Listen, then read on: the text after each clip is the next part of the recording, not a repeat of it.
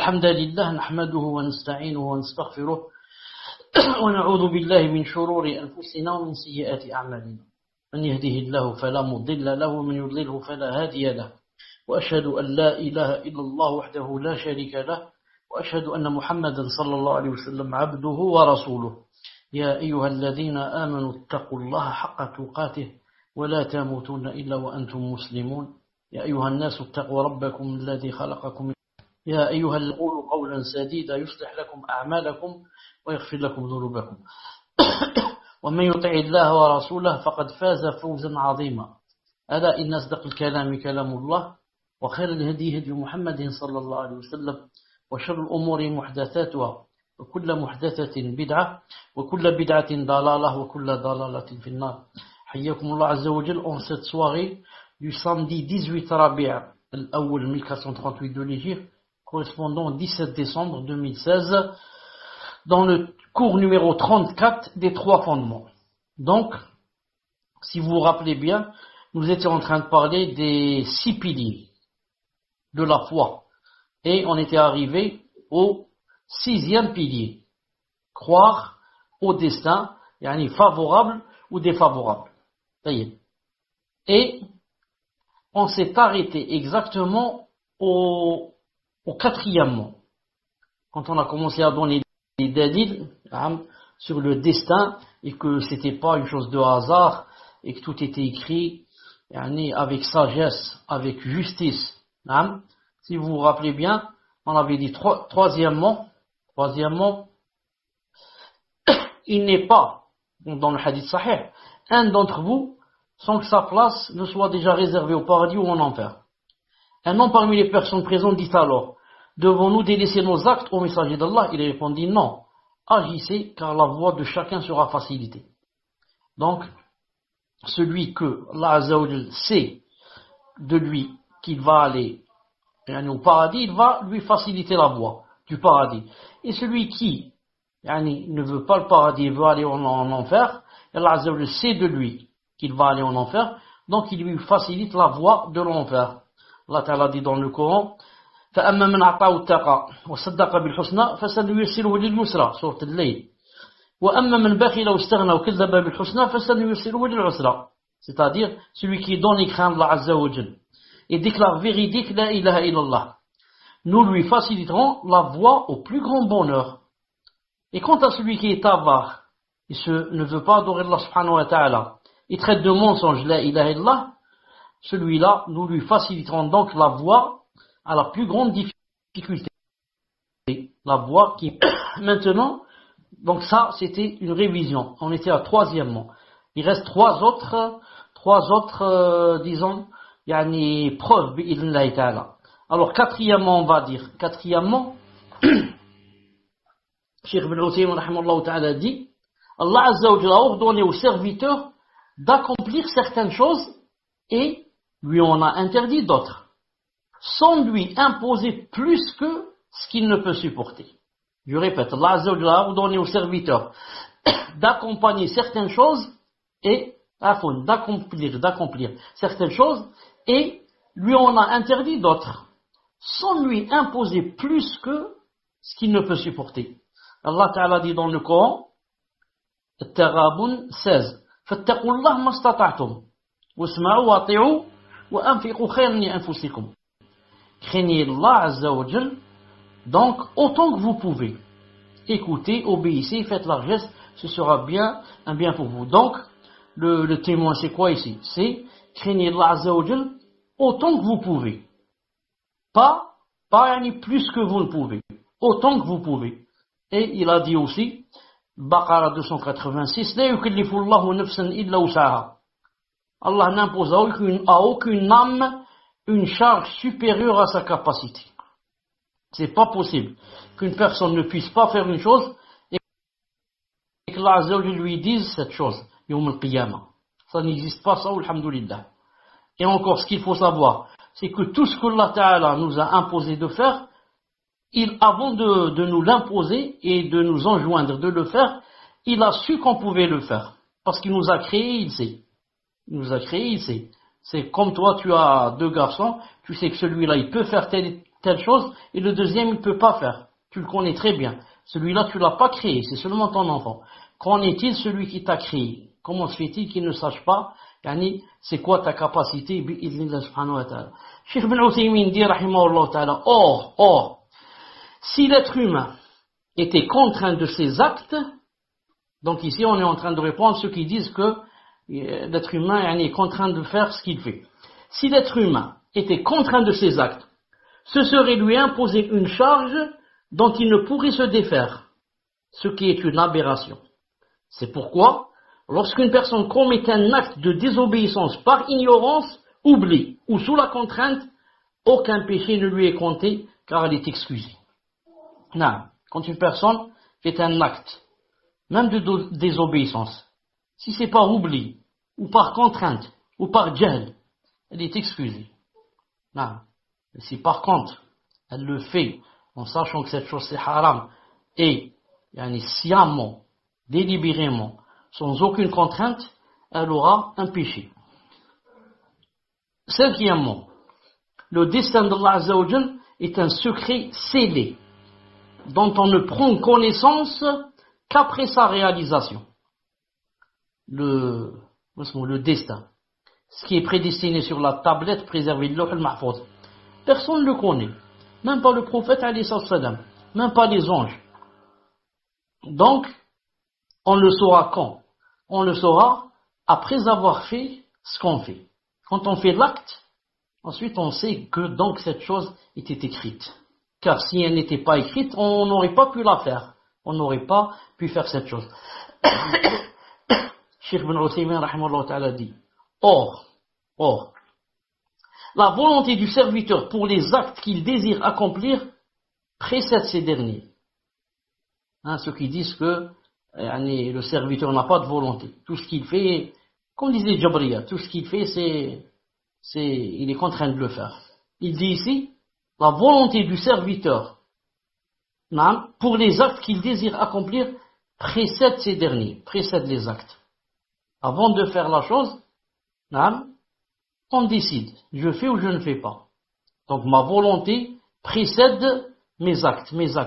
C'est une preuve donc que c'est moi qui fais, c'est moi qui veux aussi. Ainsi sa volonté d'accomplir tel acte n'est pas basée sur une connaissance du destin d'Allah Azza wa Jal. Par conséquent, l'argument du destin ne tient pas, car le serviteur ne peut baser ses arguments sur une chose qu'il ignore. Non. La personne dit que moi, tout ce que je fais, c'est parce que c'est écrit dans la tablette préservée. D'accord. Mais, comment as-tu su que c'était écrit? Pourquoi ne t'es pas dit, pourquoi tu t'es pas dit avant de faire la chose, peut-être qu'elle n'est pas écrite. Donc pourquoi tu l'as fait, surtout si c'est une désobéissance, ensuite tu dis, Allah Ghalib, c'était écrit. Non, qui t'a dit que c'était écrit? Peut-être que ce n'était pas écrit si tu l'avais pas fait cette chose. Non. Sixièmement, pour les choses de ce bas monde qui lui conviennent, l'être humain accorde une attention toute particulière à ce qu'elle ne lui échappe pas. Et on le voit, c'est-à-dire l'être humain, on le voit mal les délaisser pour des choses qui ne lui conviennent pas, puis prétendre que c'est dû à cause du destin. Pourquoi donc délaisse-t-il les enseignements religieux qui lui sont bénéfiques pour ce qui lui est néfaste, puis prétend-il que c'est à cause du destin? Les deux situations ne sont-elles pas, somme toute, comparables? Je répète. Il dit, on voit mal le serviteur délaisser les choses qui lui conviennent pour des choses qui ne lui conviennent pas, puis prétendre que c'est à cause du destin. Ça n'existe pas. Toute personne qui aime une chose ou bien, elle essaye de faire des efforts pour l'avoir. Donc elle ne la laisse pas tomber, elle dit c'est le destin. Toute chose vers laquelle elle aspire, la personne, elle essaye de l'exaucer. Il dit ici, pourquoi donc, puisque c'est ainsi, cette personne délaisse les enseignements religieux qui lui sont bénéfiques pour ce qui lui est néfaste, ensuite prétend que c'est à cause du destin. dit la même chose. Comme dans la dunya, quand tu aimes une chose, tu fais des efforts pour la faire, tu dis pas, je laisse tomber, c'est pas écrit. La même chose, il dit pour la religion. Tu dois faire des choses, qui plaisent à Allah subhanahu wa ta'ala, et ne pas faire le contraire, c'est-à-dire des désobéissances, et dire c'était écrit sur le Lawh al-Mahfouz. Illustrons cela par un exemple. Imaginons une personne se trouvant face à deux chemins. Le premier mène vers une contrée où règne le chaos, le crime, le pillage, la peur et la faim, et où l'honneur est bafoué. Quant au second chemin, il mène vers une contrée où règne l'ordre, la sécurité, la prospérité, et où la vie, l'honneur et les biens sont respectés. Lequel des deux chemins cette personne choisira-t-elle? De toute évidence, elle choisira le second chemin, qui mène vers le pays où règne l'ordre et la sécurité, et aucune personne douée de raison ne se permettrait de choisir le chemin menant vers le pays du chaos et de la peur, puis va se justifier en affirmant que c'est à cause du destin. Mahmoud, vous m'entendez? Donc, jusque-là, c'est très logique, c'est très normal. Alhamdoulilah. Donc, c'est très logique, c'est très normal. Aucune personne, si on lui dit il y a un chemin, celui-là, si tu le prends, il va mener vers la capitale et tu vas trouver là-bas les gens et ta famille, etc. Et le deuxième chemin, il mène vers des voyous qui attendent là-bas au tournant et des animaux dangereux et des je ne sais qui. Et il dit, je prends le deuxième chemin, le mauvais, et je dis, Qaddar Allah ma shafa'a, c'était écrit. Non, tout le monde va essayer de prendre le premier chemin. Il dit ici, puisque c'est ainsi, pourquoi donc, concernant l'au-delà, cette personne choisit-elle le chemin de l'enfer et délaisse celui du paradis, puis se justifie en affirmant que c'est à cause du destin? Pourquoi donc cette personne qui dans cette vie choisit le meilleur des deux chemins, pourquoi pour l'au-delà elle ne choisit pas aussi le meilleur des deux chemins? Pourquoi elle fait le contraire?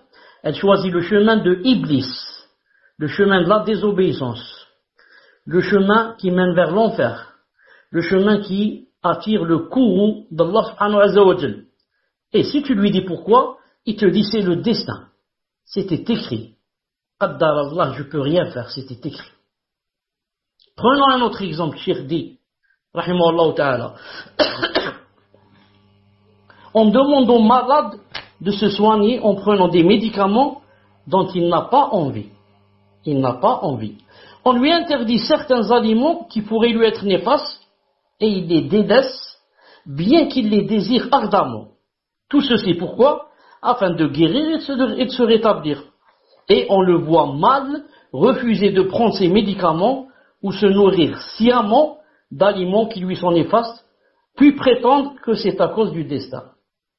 Donc, c'est clair, le malade délaisse des choses qu'il aime vraiment prendre, manger et boire. Mais il les délaisse pourquoi? À cause de l'espoir de guérir et de se rétablir bi'idhnillahi ta'ala. Taïb. Donc il va pas, on voit mal refuser ses médicaments, il va pas donc se nourrir de choses qui ne sont pas adéquates, ou bien refuser ses médicaments et il va dire c'est le destin. Il va pas faire ça. Il dit, alors pourquoi l'homme délaisse-t-il ce que Allah Azza wa Jal et son prophète alayhi sallam ordonnent, ou il transgresse ce qu'ils ont interdit, puis prétend que c'est à cause du destin. Non. La même chose pour les médicaments. Pourquoi les médicaments? Tu les délaisses. Non. Et tu dis pas que c'est écrit sur la table préservée. Pourquoi alors tu fais pas la même chose avec Allah subhanahu wa ta'ala et son prophète, le mauvais chemin? Pourquoi tu délaisses pas le mauvais chemin, mais plutôt tu marches sur le chemin, sur le faux chemin, et tu dis que c'est écrit sur la tablette préservée. Septièmement, prenons le cas d'une personne qui justifierait ses manquements aux obligations religieuses, transgression d'interdit en avançant l'argument du destin. Prenons un exemple qui, à chaque fois tu lui dis pourquoi tu pries pas, pourquoi tu te voiles pas, pourquoi, elle dit c'est qaddarallah ma shafa'al. C'est écrit sur la tablette préservée. Si une personne l'agresse maintenant et bafoue ses droits, puis l'argument du destin en disant ne m'en veux pas, car l'agression que je viens de te faire subir, découle du destin d'Allah Azza wa Jal. Cheikh dit, nul doute que la personne agressée n'accepterait pas cette excuse. Comment peut-elle donc ne pas accepter cette excuse dans le cas d'une personne qui l'agresserait, mais pourtant elle utilise cette excuse dans la transgression du droit d'Allah subhanahu wa ta'ala. Donc pourquoi, si on frappe une personne, ou bien on l'escroque, ou bien on la poignarde avec un couteau, ensuite on lui dit excuse-moi, c'était écrit, ne m'en veut pas, il n'accepte, car c'est écrit sur la tablette préservée, la personne n'accepte pas. Alors pourquoi ici elle n'accepte pas cette chose, alors qu'elle accepte la transgression du droit d'Allah subhanahu wa ta'ala et de marcher sur le mauvais chemin et de dire que c'était écrit. Il dit ici, on rapporte d'ailleurs qu'un voleur méritant l'appel d'ablation de la main fut présenté au commandeur des croyants Omar ibn Khattab radiyallahu ta'ala anhu, qui ordonna qu'on lui coupe la main. Le voleur dit alors, un instant, ya Amir al-Mu'minin, un instant, ya Khalifat al-Mu'minin, j'ai volé selon ce que Allah Azza wa Jal a prédestiné. Ce vol était prédestiné sur la tablette préservée, ça veut dire qu'il faut m'excuser. Omar répondit radiyallahu ta'ala anhu, de même nous te coupons la main selon ce que Allah Azza wa Jal a prédestiné. Nous aussi, c'est écrit sur la tablette préservée qu'on doit te couper la main. C'est pour ça, on va te la couper. C'est-à-dire pour lui montrer que ce qu'il dit c'est faux. C'est faux. C'est faux dans le sens que il s'est basé, il fait la ma'siya, il fait le péché sur le destin. Mais en fait, c'était vrai que lorsqu'il a dit c'était prédestiné, c'est vrai que c'était écrit dans la tablette préservée. Mais toi le voleur, tu ne savais pas que c'était écrit. Pourquoi tu n'as pas dit non, c'est pas écrit le vol, je vole pas. C'est écrit plutôt que je donne l'aumône. C'est écrit que je vais donner de l'argent aux gens. Pourquoi tu dis le contraire? Tu dis non, c'est écrit que je vais voler, donc je vais voler. Alors Omar ibn Khattab lui a répondu, pour lui montrer que on ne peut pas arguer du destin quand on fait quoi? Quand on fait des ma'asi et des péchés. Mais plutôt, quand on fait la tawbah, c'est là qu'on peut dire qaddarallahu ma shafa'al, c'était écrit. La croyance au destin, dit Cheikh Ibn Uthaymin, présente de précieux bénéfices. Le premier, placer sa confiance en Allah Azza wa Jalla lorsqu'on agit, de manière à ne pas s'en remettre à l'acte en soi, car toute chose est prédestinée par Allah Azza wa Jalla. Celui qui croit au destin, qu'est-ce qu'il gagne? De précieux bénéfices. Le premier, il place sa confiance en Allah Azza wa Jalla lorsqu'il agit, de manière à ne pas s'en remettre à l'acte en soi, car toute chose est prédestinée par Allah Azza wa Jalla. Donc il a sa confiance en Allah subhanahu wa ta'ala totale, que alhamdoulilah, ce que j'ai fait, c'était déjà écrit sur la tablette préservée. Alhamdoulilah, donc il a confiance en Allah Azza wa Jalla, alhamdoulilah. Deuxièmement, la foi au destin permet à l'individu de ne pas s'enfler d'orgueil quand il atteint ses objectifs. La foi au destin permet à l'individu de ne pas s'enfler d'orgueil quand il atteint ses objectifs. Car arriver au but est un bienfait d'Allah Azza wa Jal qui a prédestiné les causes du bien et de la réussite. Or, s'enfler d'orgueil pousse à oublier d'être reconnaissant. Donc ça c'est le deuxième bienfait bi'idhnillah Azza wa Jal.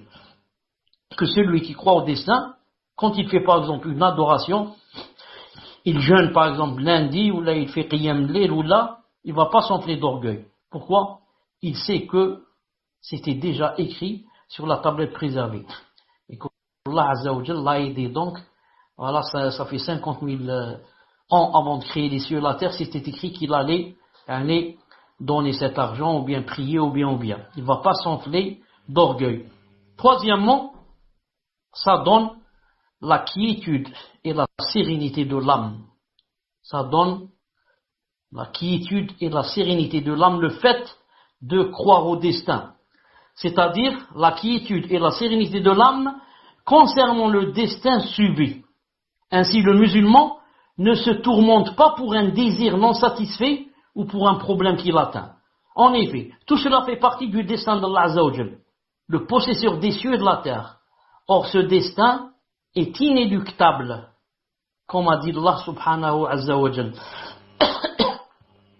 Hadith 22.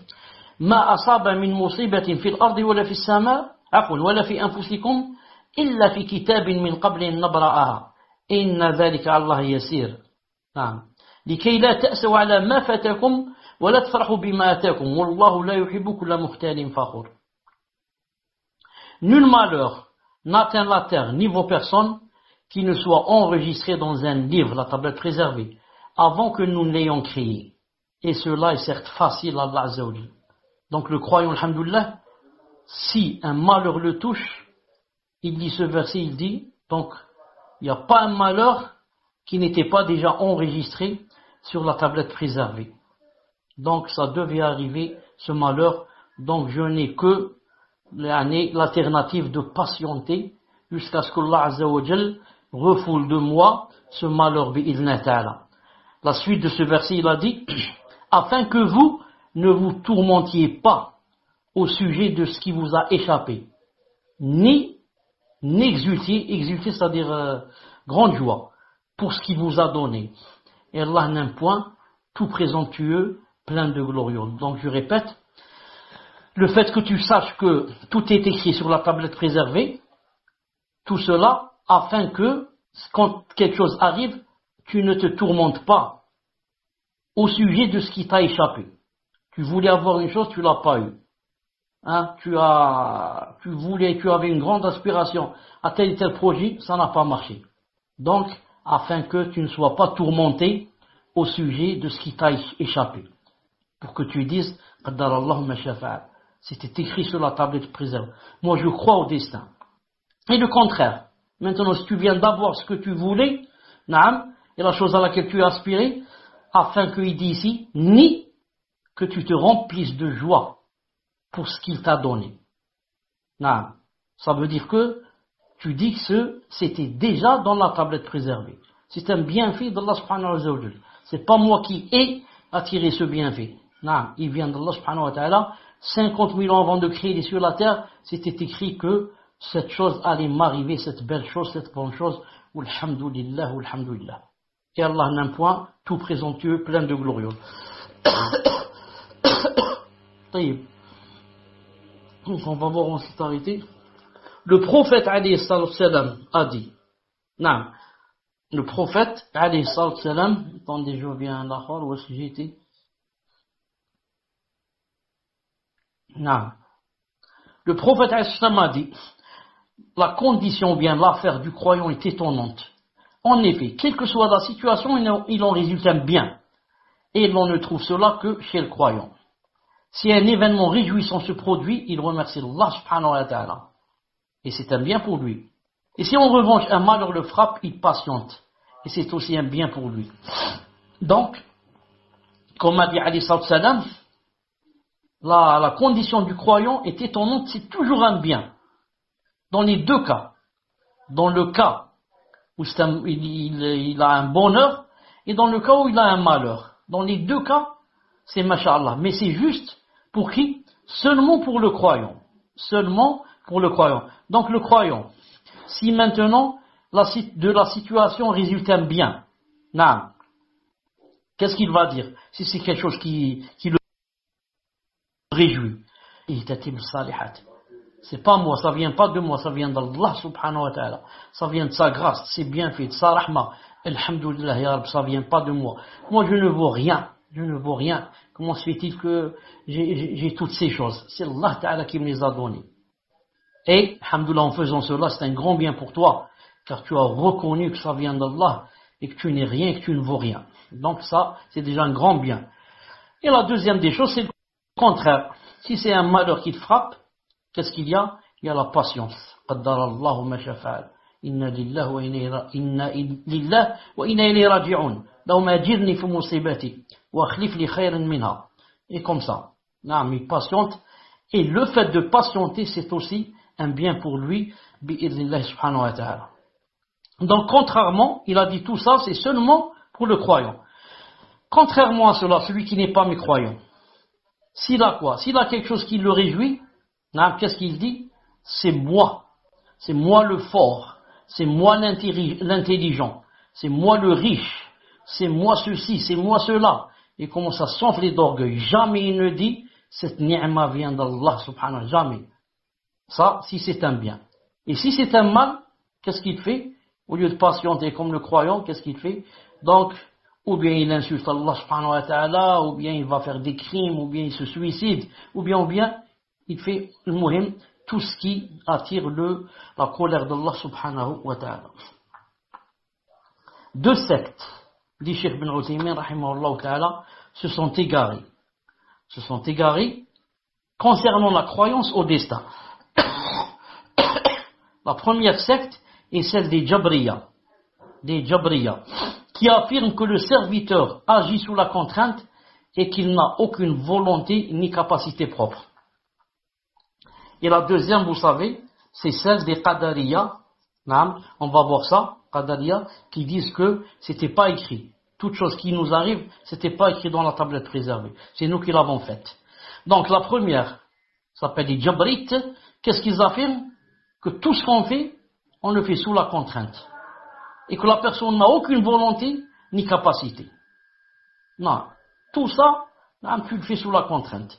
Cheikh Ibn Uthaymin rahimahullah ta'ala dit, il cite d'abord la seconde, il dit, dans la seconde il dit, et la seconde est celle des Qadariya, le contraire de la première, qui prétendent que dans ses actes, le serviteur agit en toute indépendance, selon sa propre volonté et sa capacité, et que la volonté et capacité d'Allah Azza wa Jal n'ont aucun effet sur ses œuvres.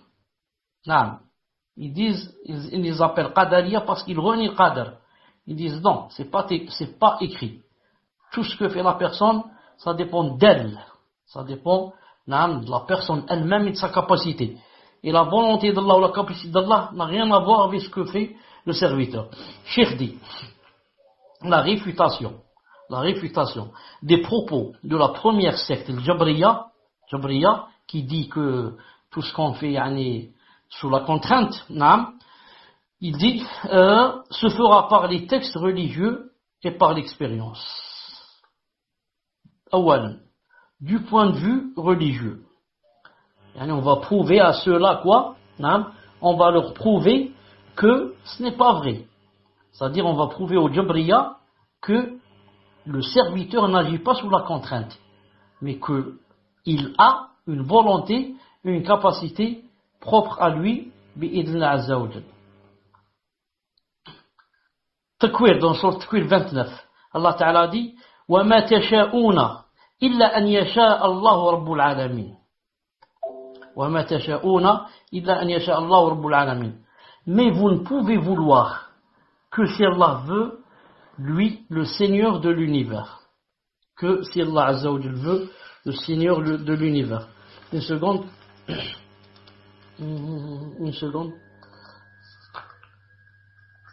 Je crois qu'il y a une faute ici. Une seconde.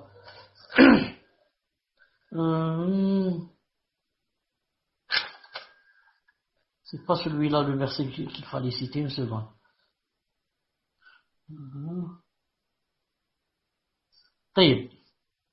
Voilà le verset qu'il fallait citer du point de vue religieux. Voilà le verset. Minkum man yuridu dunya wa mis. Il en est parmi vous qui désirent la vie d'ici-bas, et il en est parmi vous qui désirent l'au-delà. Donc, regardez bien le verset. Il en est parmi vous qui désirent la vie d'ici-bas. Donc, c'est vous qui désirez. Donc, Allah Ta'ala montre ici que ils ont la volonté de faire, et ils désirent. Et il a dit, non, il en est parmi vous qui désirent quoi? Qui désirent l'au-delà. Donc ça prouve ici, il y en a contre les Jabriya qui disent que ce n'est pas nous qui décidons. Non, il dit si on a une capacité, non, et on a une volonté, donc ici Allah Ta'ala a dit pour ceux qui désirent d'ici cette dunya et ceux qui désirent l'au-delà. Il a dit aussi, dans un autre verset, il a dit, Al-Kahf 29, وَقُلِ الْحَقُّ مِنْ رَبِّكُمْ فَمَنْ شَاءَ فَلْيُؤْمِنْ وَمَنْ شَاءَ فَلْيَكْفُرْ. La vérité émane de votre Seigneur. Quiconque le veut, qu'il croit. Quiconque le veut, qu'il mécroit. Donc ici aussi c'est clair. Quiconque le veut, qu'il croit. Quiconque le veut, qu'il mécroit. Donc Allah Ta'ala montre ici que, il dit la volonté, quiconque le veut. Et il dit, il croit, il dit s'il ne veut pas, alors il mécroit. Donc, il t'a donné le libre arbitre, tu choisis. Tu n'es pas contraint. Je choisis comme je veux. Si je veux, je crois. Je crois. Si je veux, je deviens kafir, je mécrois. Non, ça revient à moi. Bi'idhnillah subhanahu wa ta'ala. Ensuite, il dit, dans un autre verset, il dit aussi, l'autre verset, Fussilat 46. Man amila salihan fali nafsihi, wa man asa'a fa'alayha, wa ma rabbuka bidhallamin lil 'abid. Quiconque fait une bonne œuvre, c'est pour son bien. Et quiconque fait le mal, il le fait à ses dépens. Ton Seigneur cependant n'est point injuste envers les serviteurs. Donc le témoin c'est quoi? Quiconque fait une bonne œuvre, c'est pour son bien. Et quiconque fait le mal, c'est contre lui. Donc, tu es libre. Tu veux faire une bonne œuvre, c'est pour ton bien. Tu veux faire le mal, il ne faut pas le regretter. Il faut accepter ce qui en découle. Donc vous voyez que, Allah Ta'ala montre ici que c'est la personne qui décide si elle veut faire le bien ou si elle veut faire le mal.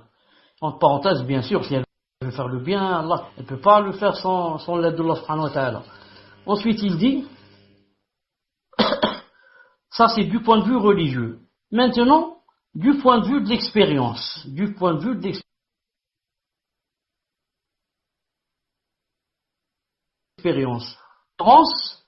entre les actes qu'il accomplit librement de par sa volonté, comme le fait de manger, de boire, de vendre ou d'acheter, et la différence entre les actes qu'il accomplit contre lui, c'est-à-dire malgré lui, comme le fait de trembler à cause de la fièvre, ou de tomber par accident du toit d'une bâtisse.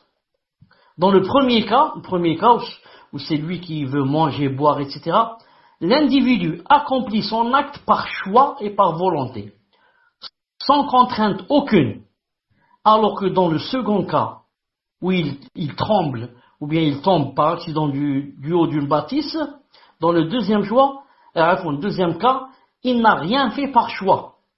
Et c'est involontairement que ces choses lui sont arrivées.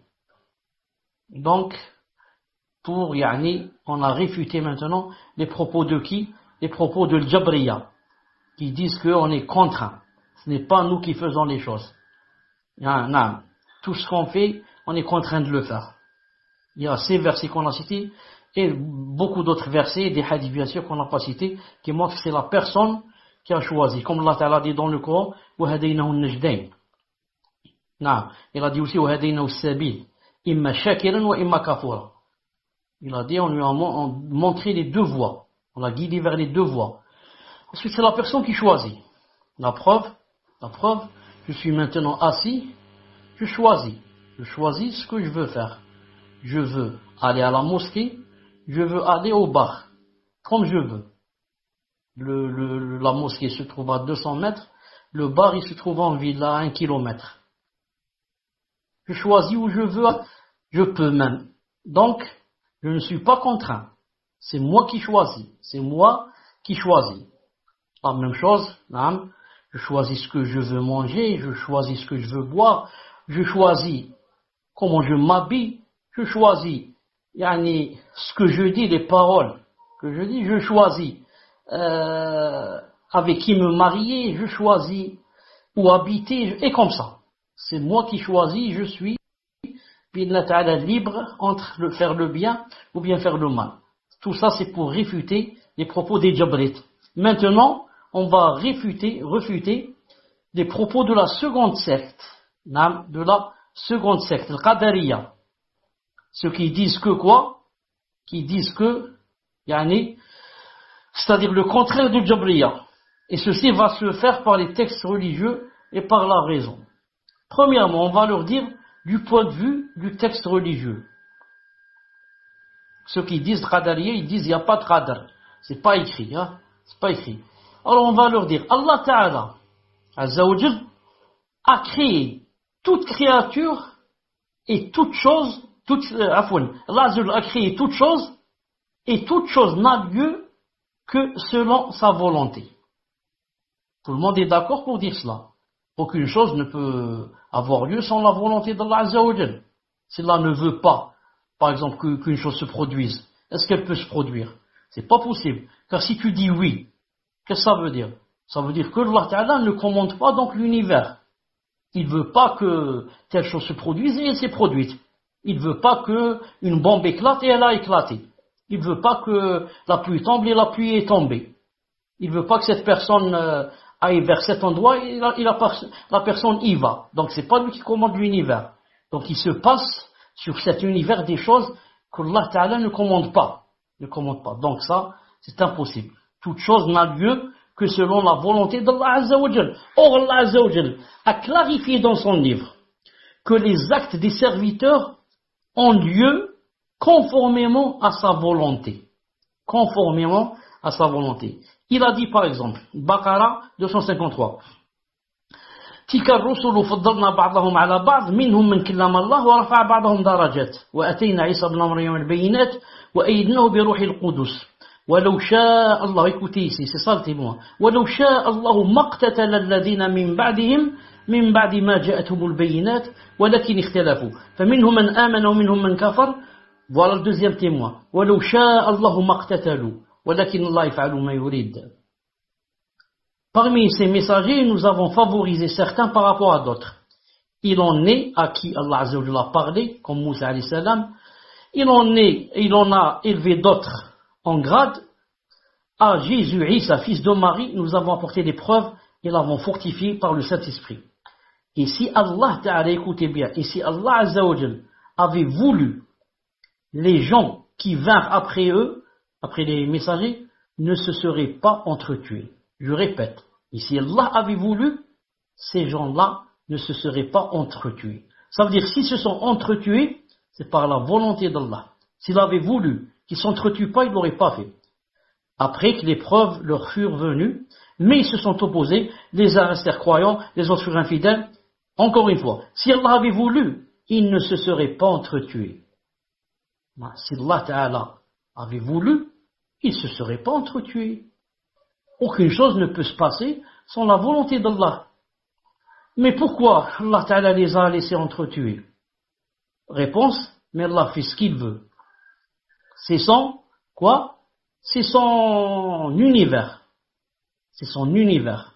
Et ceux qui se sont entretués, ce sont ses créatures. Il fait d'eux ce qu'il veut. Personne n'a le droit de dire pourquoi. Seul Allah Ta'ala sait qu'on est la grande sagesse. Yom al-Qiyamah, tu sauras pourquoi. Al-Muhim, le témoin ici dans ce verset, c'est que, il a dit, s'il n'avait pas voulu, il n'aurait pas fait cette chose. Que rien ne se passe sans la volonté d'Allah subhanahu wa ta'ala. Une seconde, Inch'Allah Ta'ala. Il y a quelque chose qui fait du bruit derrière moi. Je vais l'éteindre et revenir, Billah Ta'ala, Inch'Allah. Salam alaikum, est-ce que vous m'entendez? Alhamdulillah. Donc, nous sommes en train de réfuter qui? Réfuter les Qadarites. Non, les Qadarites qui disent que c'est pas écrit sur le Qadr. Ça dépend pas de la volonté d'Allah subhanahu wa ta'ala ce qu'on fait. On continue. Il dit un autre verset. Maintenant, toujours pour réfuter les Qadarites, Sijda 13. ولو شئنا لأتينا كل نفس هداها ولكن حق القول مني لأملأن جهنم من الجنة والناس أجمعين. Si nous voulions, nous apporterions à chaque âme sa guidée. Mais la parole venant de moi doit être réalisée. J'emplirai l'enfer de djinns et d'hommes réunis. Et d'hommes réunis. Voyez. Ce verset, bien sûr, le témoin se trouve, si nous voulions. Nous aurons donc apporté à chaque âme sa guidée. Mais Allah Ta'ala ne veut pas faire de tout le monde des croyants. Pourquoi? Bien sûr, parce qu'il a dit ici, il a une chose qu'il doit réaliser. C'est quoi? Pourquoi il a créé l'enfer? Il faut qu'il y ait des gens qui rentrent. Donc, ça c'est une promesse qu'il y a des gens qui vont rentrer en enfer, comme il y a des gens qui vont rentrer au paradis. Mais, est-ce que la personne qui va rentrer en enfer, est-ce que c'est Allah Ta'ala qui va la faire rentrer, par injustice? Parce qu'il a dit, je dois emplir l'enfer de djinns et d'hommes, donc il va prendre comme ça des gens, comme on dit chez nous, par rapport aux hommes, pas par rapport à Allah. Par rapport aux hommes, on dit à l'aveuglette. Comme ça, je ferme mes yeux et je prends par exemple quelque chose. Est-ce que Allah Azza wa Jal, il fait des choses comme ça? Ma'adallah. Toute personne qui rentre en enfer, elle rentrera parce que c'est elle qui a voulu rentrer. Comment a voulu rentrer? A voulu rentrer, elle n'a pas voulu suivre le vrai chemin. Comme a dit le prophète alayhi salam. Il a dit, tout le monde entrera au paradis, sauf celui qui ne veut pas. Ils ont dit à Rasulullah, comment se fait-il qu'on ne veuille pas? Il y a des gens qui ne veulent pas. Il a dit, naam, celui qui me suit, il a voulu le paradis. Celui qui ne me suit pas, ça veut dire il a voulu aller en enfer. Naam. Donc Allah Ta'ala a créé le paradis, a créé l'enfer. Et pour chacun, naam, il y a des gens qui sont déjà prêts. Allah Ta'ala connaît c'est qui. Nous on ne les connaît pas. Et il a fait des conditions. Celui qui marche sur tel chemin et remplit telle et telle condition, ira au paradis. Celui qui marche sur le deuxième chemin et remplit tel et tel critère, il doit être jeté en enfer. Et t'as donné, alhamdoulilah, la raison, t'as envoyé les messagers, les livres, le Coran, les Zabur, Torah, et t'as dit, voilà, pour t'aider, pour que tu me connaisses bien, et pour que tu ne dévies pas du chemin. Ensuite, toi, tu n'as pas accepté. Tu as dit, non, moi, je préfère les passions, les tentations, et jouer, et plaisanter, et je m'en fous de ce qui se passe dans la tombe. Alors, tu feras partie des gens de l'enfer, wal-'iyadhu billah. Il dit ici, maintenant du point de vue de la raison, du point de vue de la raison, l'univers tout entier est asservi à Allah Azza wa Jal. Asservi, ça veut dire, comme on dit, assujetti à Allah subhanahu wa ta'ala. L'être humain est un élément de cet univers.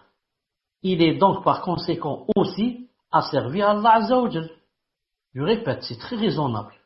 L'univers tout entier, c'est Allah Ta'ala qui le commande. Et l'être humain, c'est un petit élément, un des éléments de cet univers. Or, l'être humain, c'est Allah Azza wa Jal aussi qui le commande. Or, un être asservi ne peut agir sur ce que possède le propriétaire sans l'autorisation et la volonté de ce dernier. Or, je répète, un asservi ne peut agir sur ce que possède le propriétaire sans l'autorisation et la volonté de ce dernier. Donc maintenant, tu reconnais que cet univers, il est asservi à Allah subhanahu wa ta'ala, et tu reconnais que toi, tu fais partie de cet univers. Donc toi, tu es asservi aussi à Allah subhanahu wa ta'ala. Tu vis dans son univers, tu fais partie de son univers, donc tu ne peux rien faire sans son autorisation. C'est comme si quelqu'un m'invite chez lui à la maison, je ne peux rien toucher si je lui demande pas la permission. Est-ce que je peux prendre cette couverture? Est-ce que je peux m'allonger sur le lit ici? Est-ce que je peux manger cette chose qui me plaît dans le frigo? Est-ce que ceci, cela? Il faut sa permission. La même chose. Nous, on est un des éléments de cet univers. Donc on ne peut rien faire sans l'autorisation du propriétaire de cet univers, qui régit cet univers et qui n'est d'autre que Allah subhanahu azza wa jalla. Maintenant, je devais continuer en allant au troisième degré, qui est l'ihsan, mais je crois que je ferais mieux de m'arrêter ici, car c'est un nouveau chapitre que je laisserai pour le prochain cours, Inch'Allah ta'ala, surtout que plus la personne parle beaucoup et plus le long est court et plus les gens se lassent et commencent à ne pas bien assimiler les choses. C'est pour ça que j'arrête ici. Si quelqu'un va dire, j'ai pas compris, comment tout à l'heure, on avait dit que c'est nous qui faisons les choses, c'est nous qui avions le libre choix. Entre parenthèses, bien sûr, là où il y a le libre choix. Sinon, il y a des choses, qu'on fait sous la contrainte. Ça, vous savez, comme la fièvre, comme quelqu'un qui doit aller aux toilettes, comme quelqu'un qui doit dormir, comme quelqu'un qui doit mourir, comme quelqu'un, il y a des choses on ne parle pas de ça. On parle d'autres choses, les autres choses qu'on ne fait pas sous la contrainte. Est-ce que c'est nous qui avons le libre arbitre ou pas? On a montré qu'on avait le libre arbitre. Et que Allah Azza wa Jalla nous a, comme il a dit, وَهَدَيْنَاهُ النَّجْدَيْنِ. Il a dit aussi وَهَدَيْنَاهُ السَّبِيلِ إِمَّا شَاكِرًا وَإِمَّا كَفُورًا. Donc c'est la personne qui choisit. Elle dit ou bien je veux aller au paradis donc je dois faire telle et telle chose, ou bien moi je m'en fous, je veux aller en enfer et je m'en fous de l'enfer, je m'en fiche de l'enfer, donc je fais telle et telle chose. Non. Maintenant si une personne va dire, et comment dans la réfutation par rapport au Qadariya, on a dit que tout dépendait de la volonté d'Allah. On va dire, non, il n'y a aucune contradiction bi'inna subhanahu wa ta'ala. Toi, moi, toute personne a le libre arbitre de faire ce qu'elle veut. Mais qu'elle sache qu'elle ne peut faire ce qu'elle veut que si Allah Ta'ala lui donne la permission. Non. Je donne un exemple. C'est moi qui choisis. Non. Demain matin, Inch'Allah, à 6 heures du matin, ou là, disons, c'est mieux, à 13 heures, demain je choisis à 13 heures. Ou bien je vais aller à la mosquée, ou bien je vais aller au bar. Je suis en train de réfléchir, je ne sais pas ce que je vais faire. Je suis en train de réfléchir, donc c'est pour dire que c'est moi qui choisis. Mais, demain quand je décide, je dis, je vais aller à la mosquée, Inch'Allah Ta'ala. Jamais je ne pourrai aller, c'est là aussi, Azza wa Jal, si Allah Azza wa Jal, avant cela, ne veut pas lui et ne donne pas la permission. Et la même chose, si je choisis le bar, je ne peux pas aller au bar si Allah subhanahu wa ta'ala ne donne pas la permission. Car il ne se peut pas faire sans sa permission. Et quand on dit que Allah ta'ala donne la permission, c'est-à-dire veut lui aussi, ça ne veut pas dire qu'il aime ce que je fais. Il veut seulement. Car Allah ta'ala veut des choses qu'il n'aime pas. Et il aime des choses qu'il ne veut pas. Ça on l'a vu plusieurs fois dans le farq entre la volonté universelle et la volonté juridique. On l'a vu plusieurs fois. Ceux qui ne connaissent pas ça, on peut leur réexpliquer ça. Donc, conclusion, tout ce que je fais, c'est moi qui le fais, mais ne peut le faire que par la volonté d'Allah Azza wa Jalla et sa permission. Que ce soit un bien ou que ce soit un mal. Voilà, Inch'Allah Ta'ala, la conclusion du cours est le madhab de Ahl-Sunnah ou Al-Jama'a bi'idhnillahi ta'ala. Subhanakallahumma wa bihamdik, ashhadu an la ilaha illa ant, astaghfiruka wa atubu ilayk. Assalamu alaykum wa rahmatullahi wa barakatuh. Et celui qui veut le paradis, et celui qui n'aura pas suivi ma voie, et celui qui ne veut pas le paradis. Et ensuite, quand le cheikh il a fait le commentaire de ce hadith, il a sorti quelque chose de formidable. Il a dit, dans le commentaire de ce hadith, que le prophète sallallahu alayhi wa sallam, il ne cite pas le mot enfer. Dans ce hadith-là, si vous prenez le micro tout à l'heure, Inch'Allah, citez-le en arabe et citez-le en français, il ne cite pas le mot enfer. Il dit, j'ai laissé une voie claire, celui qui aura suivi ma voie et celui qui veut aller au paradis, celui qui n'aura pas suivi ma voie et celui qui ne veut pas aller au paradis. Et bien sûr, la question qui est évidente que tout le monde va se poser, celui qui va pas au paradis, il va aller où? Naam. Il y a une logique qui découle de cette chose-là. Et je me souviens aussi que ce cours, c'était quoi ce cours? C'était un rad, une réfutation pour les takfiriyoun. C'était un cours sur les takfiris et leurs croyances corrompues. Parce que eux, qu'est-ce qu'ils disent les takfiriyoun? Ils disent, le prophète sallallahu alayhi wa sallam, il a dit, tout le bien, le sang et l'honneur du musulman, il est sacré pour le musulman. Alors eux, ils ont fait la règle à l'inverse. Si le sang, le bien et l'honneur du musulman, il est sacré pour le musulman, ça veut dire que le bien, le sang et l'honneur du mécréant, il n'est pas sacré pour le musulman. Alors on a le droit de les voler, on a le droit de les tuer, on a le droit de leur faire du mal, on a le droit. C'est ça leur croyance erronée.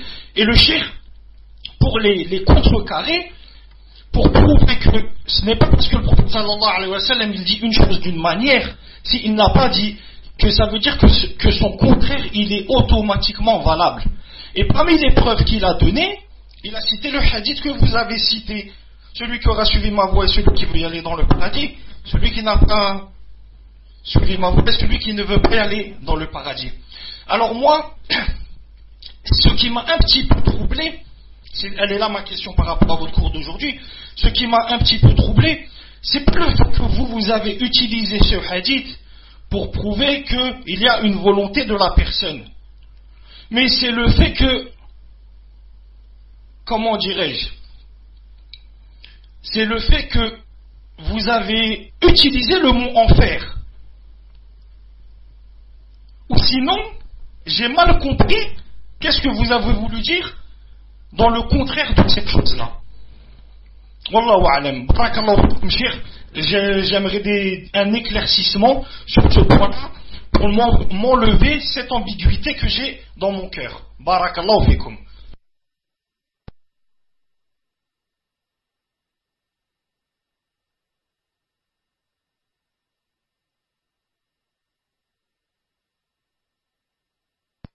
Wa alaykoum salam wa rahmatullahi wa barakatuhu. Ça fait plaisir de t'entendre.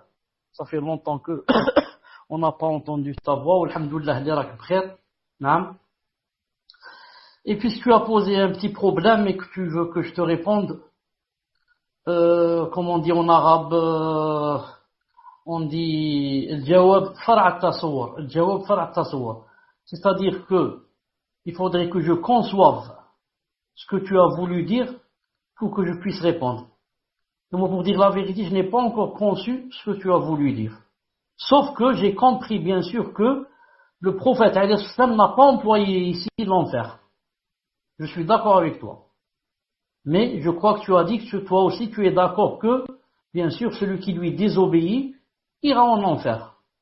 Bien sûr, ça c'est dans le cas où quoi? Ou dans le cas où Allah Ta'ala ne lui pardonne pas. Mais il est possible qu'Allah Ta'ala lui pardonne.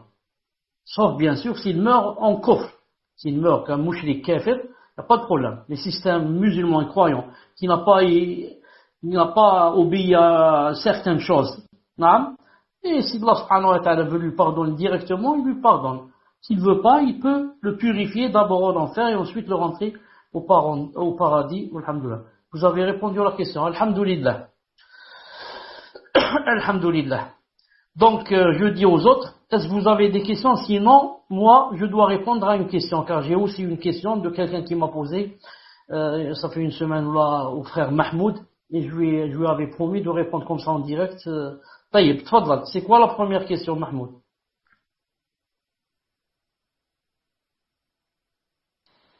Assalamu alaikum wa rahmatullahi wa barakatuh. Donc, cher, en fait, j'ai des questions là, alhamdoulilah. Et par contre, j'ai la question que je devais vous poser, du frère qui nous avait posé, que je vous avais envoyé, rappelez-vous, vous l'avez signalé juste avant. Donc je vous pose cette question en premier, Inch'Allah, de ce frère.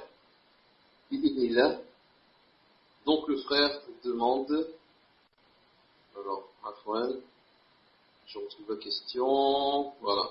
Donc il dit, salam alaikum wa rahmatullah, j'ai un problème dans la aqida par rapport, donc est-ce que vous m'entendez?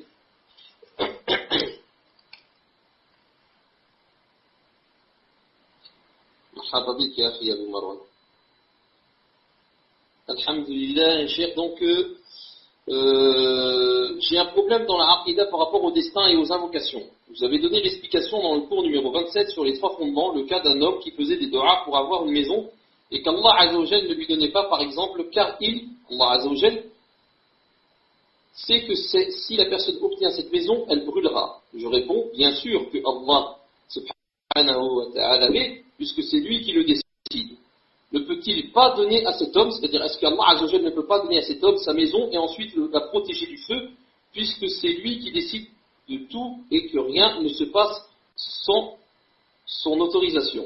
Prenons un exemple d'un homme qui veut son permis moto et qui ne l'obtient pas, et la raison invoquée par des savants pourrait être que si cette personne avait son permis moto, elle finirait paraplégique, c'est-à-dire handicapée. Allah n'est pas capable de lui donner son permis moto et de lui faire éviter les accidents, puisqu'il est capable de tout et surtout décide de tout. Un dernier exemple pour bien me faire comprendre. Si je veux épouser une sœur et que celle-ci refuse,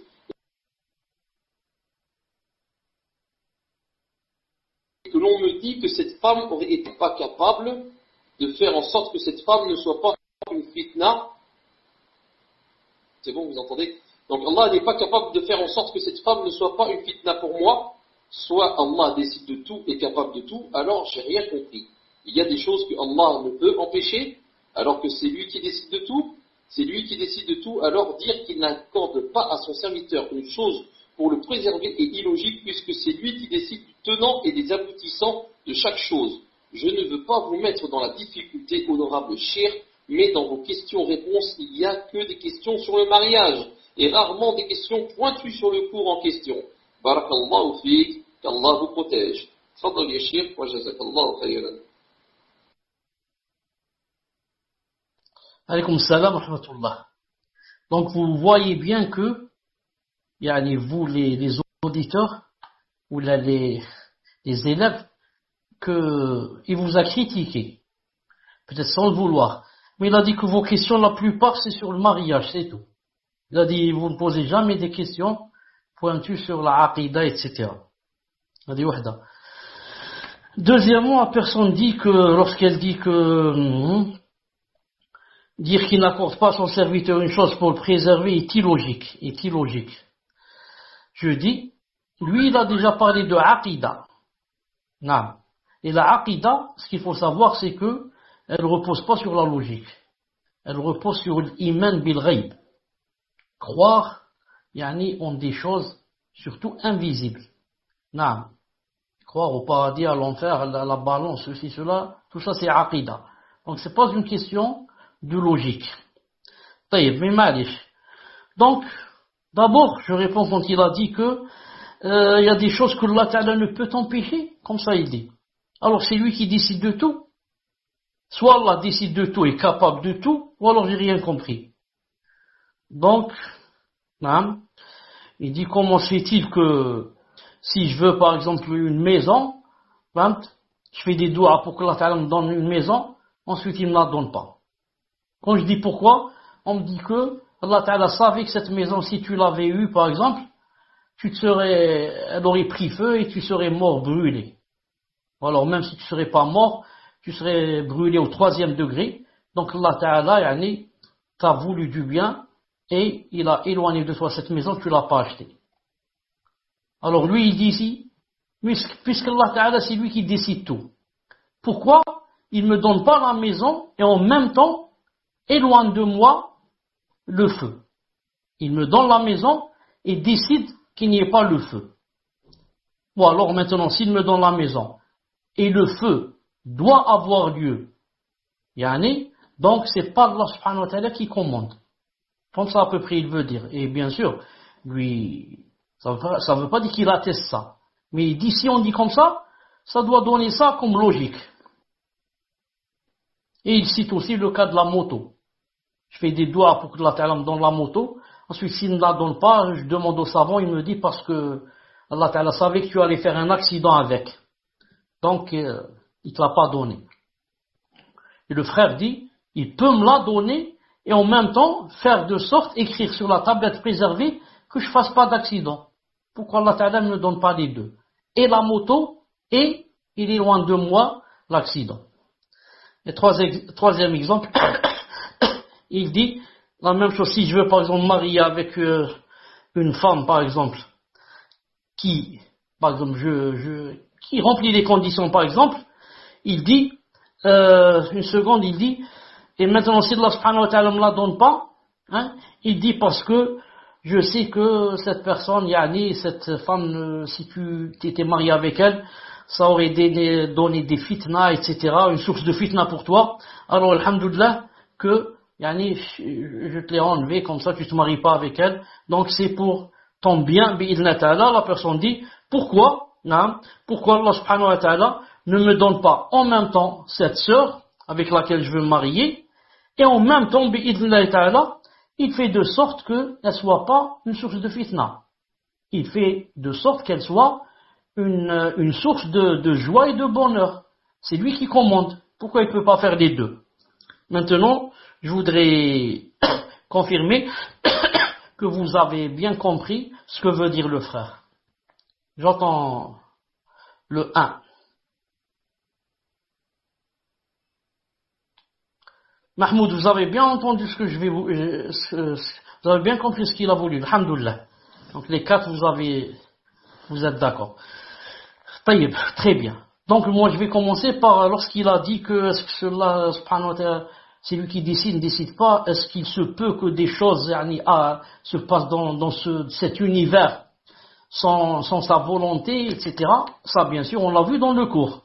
Et seulement pour étayer encore cela, regardez ce verset où Allah subhanahu wa ta'ala a dit, Al-Baqarah 253.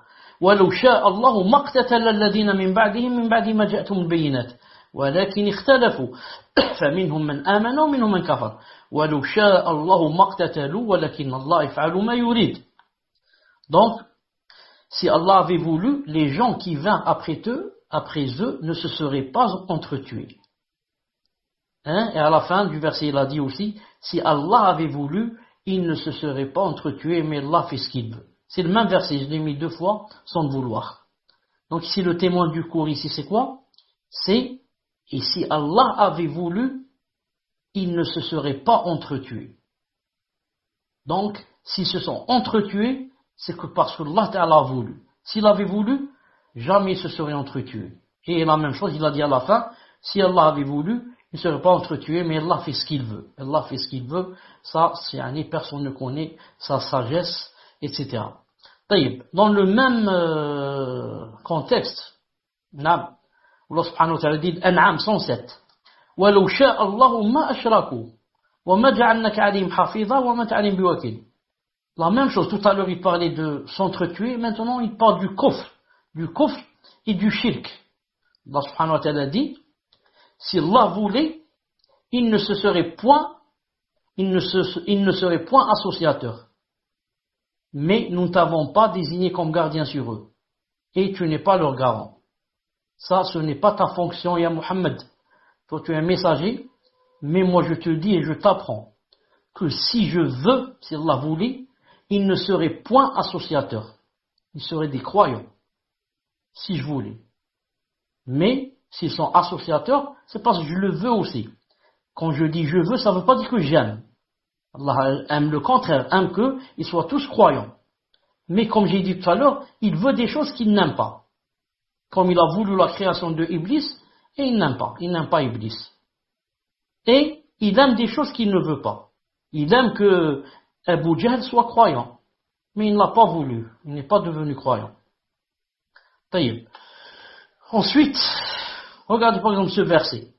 وَلَوْ شَاءَ رَبُّكَ, pour prouver encore ce qu'il vient de dire, pour étayer encore. وَلَوْ شَاءَ رَبُّكَ لَآمَنَ مَنْ فِي الْأَرْضِ كُلُّهُمْ جَمِيعًا. Yunus 99. Non. C'est-à-dire, si ton Seigneur l'avait voulu, tous ceux qui sont sur terre auraient cru. Ce qu'on a dit tout à l'heure. Si ton Seigneur avait voulu, tous ceux qui sont sur la terre auraient cru. Mais, si maintenant, tous ceux qui sont sur la terre auraient cru, naam, alors, qui sont les gens de l'enfer? L'enfer est déjà créé, ça? Al-Sunnah al-Jama'a, qu'est-ce qu'ils disent? L'enfer et le paradis sont déjà créés, ça? La preuve que, 2 fois par an, l'enfer respire. Non, une fois en été, une fois en hiver. Taïb, donc il est créé. Maintenant, s'il est créé, il faut qu'il y ait des personnes qui rentrent, qu'ils soient des humains ou pas d'humains. Donc Allah Ta'ala, qui va faire rentrer? Il va faire rentrer n'importe qui. Ça dépend du hasard. Jamais. Tout est chez Allah subhanahu wa ta'ala, ça se base sur sagesse. Non, sagesse. Et ilm, grande science. Donc, il va faire de sorte que celui qui ne veut pas suivre ce qu'Allah Ta'ala nous a enjoint de suivre, alors il ira en enfer. C'est pour ça que il n'y a pas une personne, ça vous devez le savoir, il n'y a pas une personne, que ce soit être humain ou bien djinn, qui, Yawm al-Qiyamah, lorsque Allah Ta'ala va lui ordonner d'entrer en enfer, lorsqu'il arrive devant la porte de l'enfer, il va entrer, les gardiens de l'enfer vont lui dire, alors qu'est-ce qui s'est passé? Il n'y a pas quelqu'un qui est venu vous montrer le chemin? Il va répondre, si, on nous a montré le chemin. C'est-à-dire c'est de notre faute. C'est nous qui n'avons pas voulu suivre le chemin. Comme dans Sourate Al-Mulk, كلما ألقي فيها فوج سألهم خزنتها ألم يأتكم نذير قالوا بلى قد جاءنا نذير فكذبنا وقلنا ما نزل الله من شيء إن أنتم إلا في ضلال مبين. Donc كلما ألقي فيها فوج, à chaque fois qu'un groupe est jeté dedans en enfer, قال لهم خزنتها. Alors les anges gardiens de l'enfer ont dit, ألم يأتكم نذير, il y a personne qui est venu pour vous avertir. قالوا بلى, ils ont dit si. قد جاءنا نذير, il nous est pas venu. Mais كذبنا, mais on a démonté, on a dit ça c'est pas vrai, on ne veut pas suivre ça, etc. Et ils ont été jetés en enfer. On continue. Donc, où est-ce qu'on était? Non. Lorsqu'il dit Allah ne peut pas donner à cet homme sa maison, la maison qu'il souhaite, et ensuite la protéger du feu. Et la même chose, ne peut-il pas lui donner la moto et la protéger de l'accident, et le protéger de l'accident, et lui donner la sœur, et faire d'elle une source de joie, au lieu que ça soit une source de fitna. Hein? C'est facile qu'Allah Ta'ala me donne les deux. Non, mais alhamdoulilah, il n'y a plus de problème. On ne se casse pas la tête. Taïb. Allah Azza wa Jalla a dit dans Sourate Al-Anbiya 23, La yus'alu amma yaf'al, wa hum yus'alun. C'est-à-dire, Allah Ta'ala n'est pas interrogé sur ce qu'il fait. Mais ce sont eux, c'est-à-dire nous, qui devons rendre des comptes. Allah Ta'ala, on n'a pas le droit de lui dire pourquoi alors il ne nous donne pas les deux. Pourquoi Allah Ta'ala ne nous donne pas la sœur et en même temps qu'elle soit bien. La maison et qu'il n'y ait pas de feu. La moto et pas d'accident. Et comme ça. Pourquoi Allah Ta'ala ne donne pas cette chose et cette chose? On dit, il n'est pas interrogé sur ce qu'il fait. Mais ce sont nous qui sommes interrogés. Quand Allah Ta'ala dit il n'est pas interrogé sur ce qu'il fait, ce n'est pas dans le sens de la dictature, la tyrannie. Tel roi ou je ne sais quoi, on ne lui demande pas pourquoi il a fait ça. Pourquoi?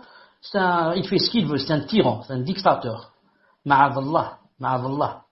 Allah Ta'ala, on ne peut pas lui demander ce qu'il a fait. Pourquoi? Parce que tout ce qu'il fait découle de sa miséricorde, de sa rahma, de sa science et de sa sagesse. C'est pas la peine de lui demander à Allah pourquoi tu as fait ça ou ça. Même si ça te paraît que c'est anormal, que c'est faux, que c'est injuste, que c'est vol, que c'est ceci, cela, tu n'as pas le droit de demander parce que c'est toi qui te trompes. Parce que ce que Allah Ta'ala fait, c'est le plus beau, c'est la chose la plus belle, la meilleure, la plus logique, qui contient le plus grand bienfait, et comme ça. Tout ce que fait Allah subhanahu wa ta'ala, même si toi, ça te paraît pas comme ça. Ça te paraît pas comme ça, pourquoi? Parce que toi, tu es faible, tu es daïf, tu es ignorant, tu es ceci, tu es cela. Je peux pas, quand je dis toi, ça veut dire nous tous, bien sûr. On ne peut pas comprendre des choses. Il y a mille et une choses qu'on ne peut pas comprendre. Tout ça, on le comprendra Yawm al-Qiyamah. Taïb, autre chose.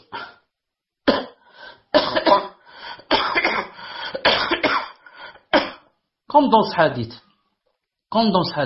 tout ce qui se passe pour le croyant, yani, c'est quelque chose de bien. Et comme dans le verset que vous connaissez tous, عَسَى أَن تَكْرَهُوا شَيْئًا وَهُوَ خَيْرٌ لَكُمْ.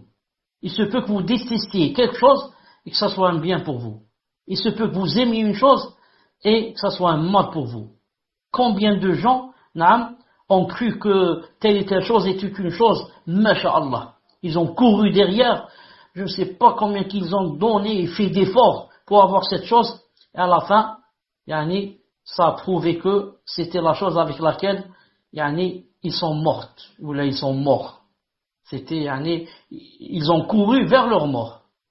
Et combien de gens, il leur arrive une chose, ou achètent une chose, ou je ne sais quoi, ils disent ça c'est pas bien, on s'est trompé, etc., c'est pas ce qu'il fallait faire, c'est un malheur, alors que derrière ce malheur, il y a une grande ni'ma qui va arriver, bi'idhnillah ta'ala. Mais nous on voit pas plus loin que le bout de nos nez.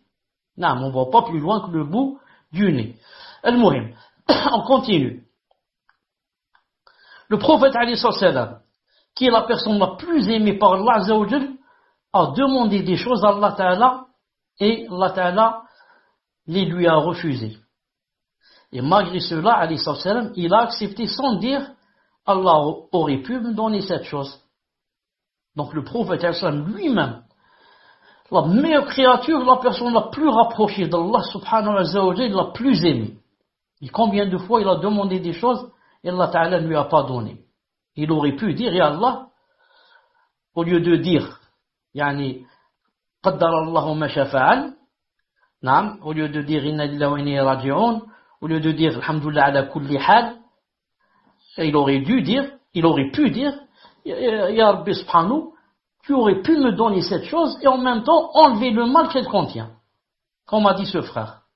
Mais le prophète sallam connaît bien Allah subhanahu wa ta'ala, ne dit pas ça, au contraire. Soit il se tait, soit il verse des larmes, soit il dit qaddarallahu ma shafa'al, et comme ça. On va donner un exemple. Regardez le hadith suivant.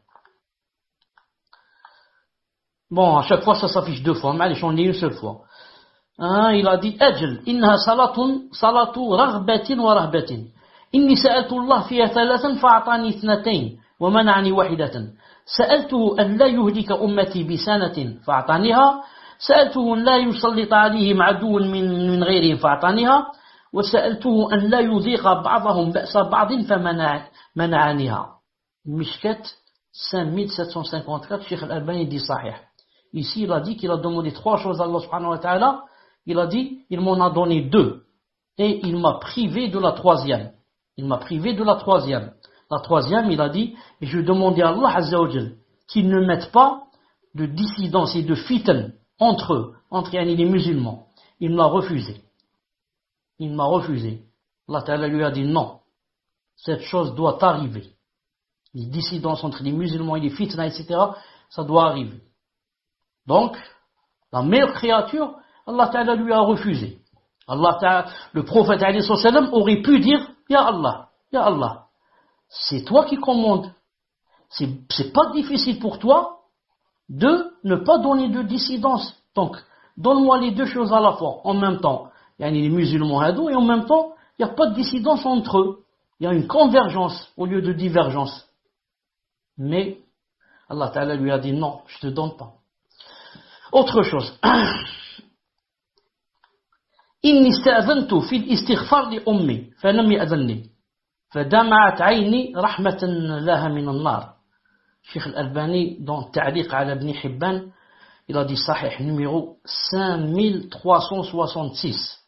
C'est-à-dire, il a dit, j'ai demandé la permission à Allah Azza wa Jal de demander pardon pour ma mère qui était morte. Il ne me l'a pas permis.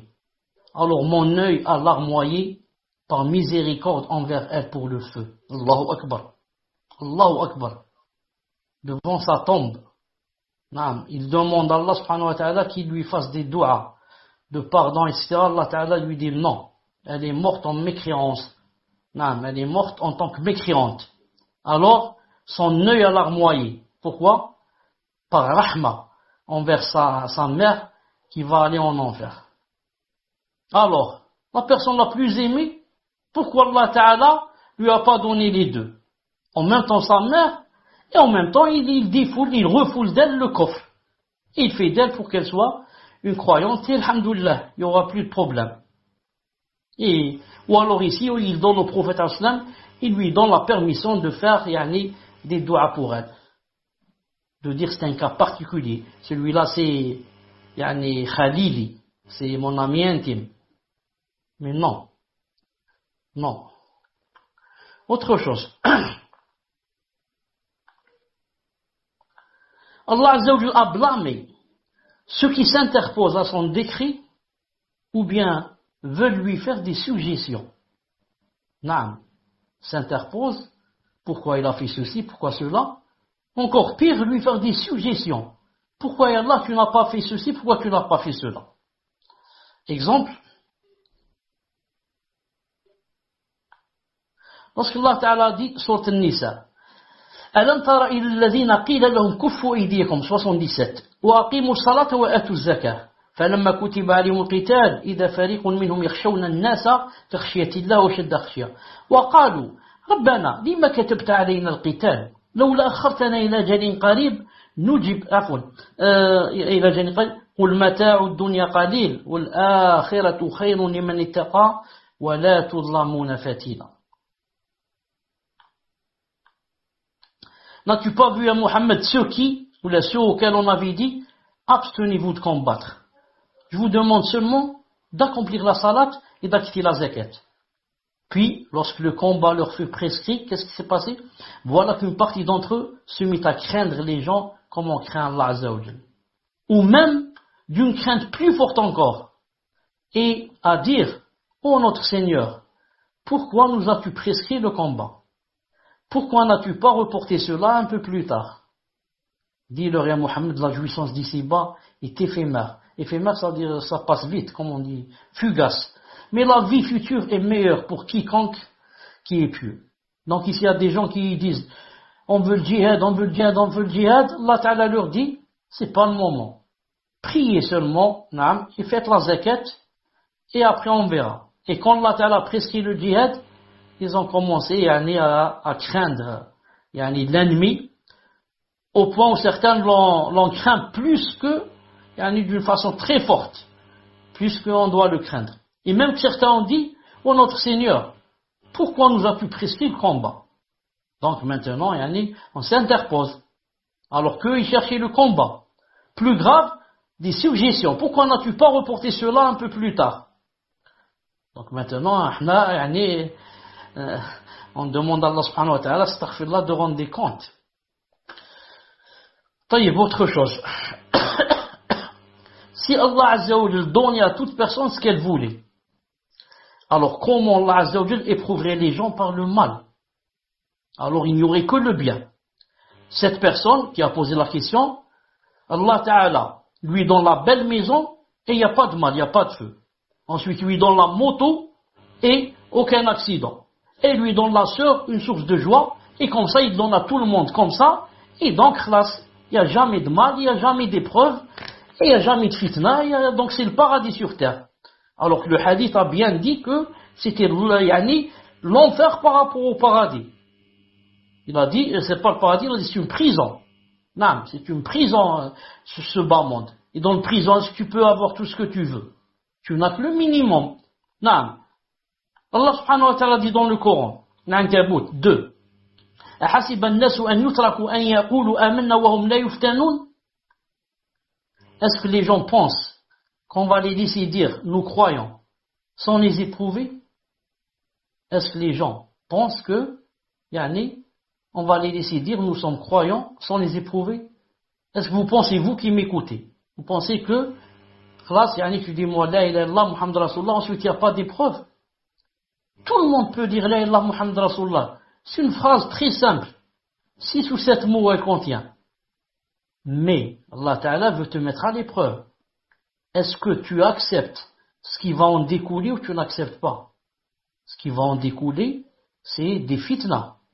Celui-là des fitnas avec ses parents, celui-là dans sa société, celui-là avec les gens, celui-là dans son travail, celui-là avec son épouse, l'autre avec son mari, l'autre avec ses enfants, et comme ça. Des fitnas, à cause de quoi?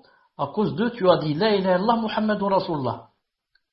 Donc, s'il y a maintenant des fitnas, et que tout le monde doit passer par les fitnas, parce qu'il est un peu plus bas, il a dit, وَلَقَدْ فَتَنَّا الَّذِينَ مِنْ قَبْلِهِمْ. Et on a éprouvé ceux qui les ont précédés. Donc ça veut dire, comme eux, ceux qui vous ont précédés, on les a éprouvés, vous aussi on va vous éprouver. Vous n'avez rien de plus qu'eux. Vous aussi, on va vous éprouver. Donc s'il y a l'épreuve, il y a même l'épreuve par le mal, là, mais les difficultés, et les maladies, et. Donc, si Allah Ta'ala va donner à tout le monde ce qu'il veut, donc il n'y aura jamais d'épreuve, jamais de difficultés, jamais de difficultés. Naam. D'ailleurs, Allah Ta'ala dit, Kullu nafsin dha'iqatul maut, wa nabluukum bish-sharri wal khayri fitnatan, wa ilayna turja'un. Toute âme doit goûter la mort, nous vous éprouverons par le mal et par le bien. Par le mal et par le bien. Donc, s'il te donne la maison, il enlève le feu. Donc, il n'y a jamais d'épreuve par le mal. Et la moto, il n'y a pas d'accident. Pas de mal, jamais. Là, la sœur, elle est, machallah, pas de mal. Et comme ça, tout ce que tu veux, où il y a le mal, tu lui dis non, il n'y a pas de mal. Donne-moi la chose et en même temps, enlève le mal. Donc, il y a la hikmah, la sagesse de la création. Même, donc, on va aller plus loin. Et Allah Azza wa Jal, donc, enlever aussi Iblis. Iblis, c'est la source du mal. Pourquoi il y a Iblis? Ya Allah Ta'ala, vous aurez pu nous créer sans qu'il y ait Iblis. Pour qu'on vive seulement, dans l'obéissance. Non. Et plus grave, je vais aller maintenant aussi plus grave. Ya Allah Ta'ala, pourquoi vous m'avez créé dans ce monde? Non. Vous, Ya Allah Ta'ala, c'est vous qui commandez tout. Vous aurez pu me créer direct dans le paradis. Est-ce que c'est difficile pour Allah? C'est pas difficile. Donc, je vais raisonner comme ça. Ya Allah Ta'ala, pourquoi vous m'avez créé ici dans ce monde? Pourquoi pas directement dans le paradis? J'ouvre les yeux, je me trouve dans le paradis. Pourquoi dans ce monde, il y a des difficultés, des problèmes, et les mashakil, et le divorce, et la prison, et la famine? Pourquoi Ya Rabbi Subhanahu? Pourquoi pas directement dans le paradis? J'ouvre mes yeux, je me trouve dans les somptueux palais, des arbres, et des oiseaux, et je ne sais quoi. Non. Donc, ça quoi? Ça contredit la sagesse de la création de cet univers et de la création de l'être humain. Assalamu alaikum, est-ce que vous m'entendez? Alhamdulillah. Donc on continue, ça contredit la sagesse, etc. On continue, jeudi, Allah subhanahu wa ta'ala dit sur le Tarabun, ما أصاب من مصيبة إلا بإذن الله ومن يؤمن بالله يهدي قلبه والله بكل شيء عليم. والله بكل شيء عليم. Nul malheur n'atteint l'homme que par la permission d'Allah subhanahu wa ta'ala. Et quiconque croit en Allah, Allah guide son cœur, Allah est omniscient. Regardez, qu'a dit Allah Azza wa Jalla, nul malheur n'atteint l'homme que par la permission d'Allah. Ça veut dire les malheurs doivent arriver. Les malheurs doivent arriver. Non. Mais ça n'arrive que par la permission d'Allah. C'est pas le malheur qui commande. C'est Allah Ta'ala qui commande et qui laisse le malheur arriver. Ici, après avoir dit ça, Allah Ta'ala dit, quiconque croit en Allah, Allah guide son cœur. Les savants disent, crois en Allah ici. Crois en Allah, c'est-à-dire par rapport au malheur cité avant. Lorsqu'il a dit, nul malheur n'atteint l'homme. C'est-à-dire que toute personne qui croit, que ce malheur est arrivé par la permission d'Allah, alors Allah Ta'ala guide son cœur. Il n'aura plus un cœur tourmenté, mais un cœur serein, un cœur plein de quiétude, plein de sérénité, un cœur qui dit alhamdoulilah, ce malheur s'il m'est arrivé, c'est par la permission d'Allah et sa volonté, et que sûrement c'est moi le fautif. J'ai dû faire mille et une choses qui ne sont pas bien, et Allah Ta'ala m'a donné ce malheur. Et en plus je dis, même si je n'ai rien fait, je n'ai fait que des bonnes actions, et Allah Ta'ala m'a donné ce malheur, je ne suis qu'un élément de cet univers. C'est Allah Ta'ala qui commande cet univers. Il fait ce qu'il veut dans son univers. Il n'a pas de compte à rendre. C'est nous qui avons des comptes à rendre. il n'est point questionné sur ce qu'il fait, car c'est lui le plus sage, le plus, comment on dit, qui a plus de ilm, c'est-à-dire omnipotent, omniscient. C'est lui l'omniscient, naam, et c'est lui, le tout miséricordieux, le très miséricordieux. Si quelqu'un pense comme ça, quand un malheur lui arrive, Allah Ta'ala dit, alors Allah Ta'ala guide son cœur. Guide son cœur. C'est pour cela que je trouve des gens qui vivent dans la famine et qui a un cœur guidé, qui te dit Alhamdulillah, Alhamdulillah. Comment tu vas? Alhamdulillah, je vais bien. Alhamdulillah ala kulli hal. Et comme ça, Allah Azza wa Jalla a guidé son cœur. Plein de maladies, des maladies graves. Alhamdulillah ala kulli hal. Alhamdulillah.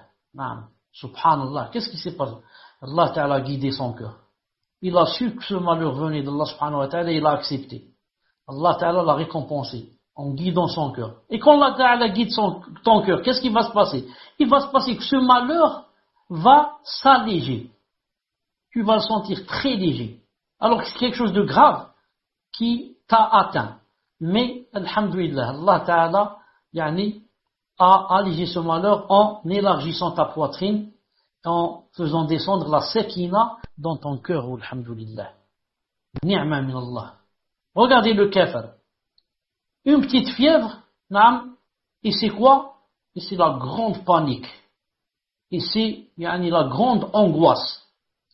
Et c'est, voilà, il s'écroule. Il s'écroule. Et s'il continue comme ça, peut-être qu'il se suicide. Juste pour une petite affaire qui n'a pas marché. Il vient de perdre 5000 euros. Il vient de perdre 5000 euros. Classe, c'est la fin du monde. C'est la fin du monde. Subhanallah al-azim. Alhamdulillah, alhamdulillah, alhamdulillah. Naam. Alors pour terminer, on dit, comme a dit Allah Azza wa Jalla, comme a dit le prophète alayhi salam, il a dit, إذا ذكر أصحابي فأمسكوا وإذا ذكر النجوم فأمسكوا وإذا ذكر القدر فأمسكوا. صحيح صحيح الجامع Cheikh Al-Albani 545. C'est-à-dire quand mes compagnons sont cités, taisez-vous. Quand les étoiles sont citées, taisez-vous. Et quand le qadr, c'est ça le témoin.